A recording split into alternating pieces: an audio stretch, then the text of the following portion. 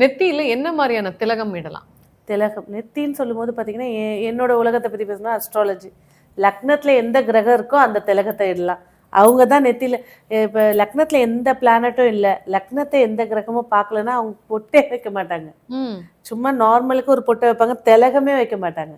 லக்னத்தை ஒரு கிரகம் பார்த்துச்சு, லக்னத்தில் ஒரு கிரகம் இருக்குன்னா பட்டை அடிக்கிறது, இப்போ கிண்டல் பண்ணுவாங்க வைஃபை வச்சுக்கிறது, சந்தன திலகம் இட்டுக்கிறது, இந்த நாமம் இட்டுக்கிறது எல்லாமே.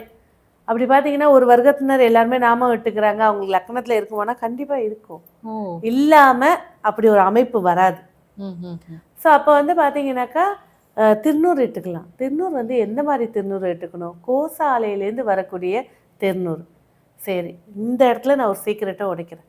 எனக்கு செல்வ வளர்ச்சி வரணும், நான் மிகப்பெரிய இந்த மெடிடேஷனாக இருக்கட்டும், இல்லை நான் எங்களோட வர்க்கத்தில் தனித்துவமாக வரணும் அப்படின்னு நினச்சிங்கன்னா இருக்கவே இருக்குது யானைகளுடைய சரணாலயம். அங்கே போனீங்கன்னா யானையோட லத்தி இருக்கும், அதை எடுத்துகிட்டு வந்து நல்லா சாம்பலாக்கி பன்னீர் கலந்து நல்லா காய வச்சு நெத்தியில் வைங்க, சர்வ லக்ஷ்மி கடாட்சமும் வந்துடும்.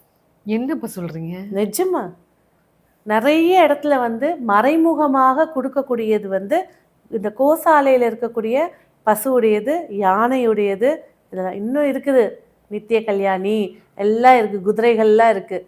ஒவ்வொரு விஷயத்துக்கு ஒவ்வொரு விதமாக இருக்குது.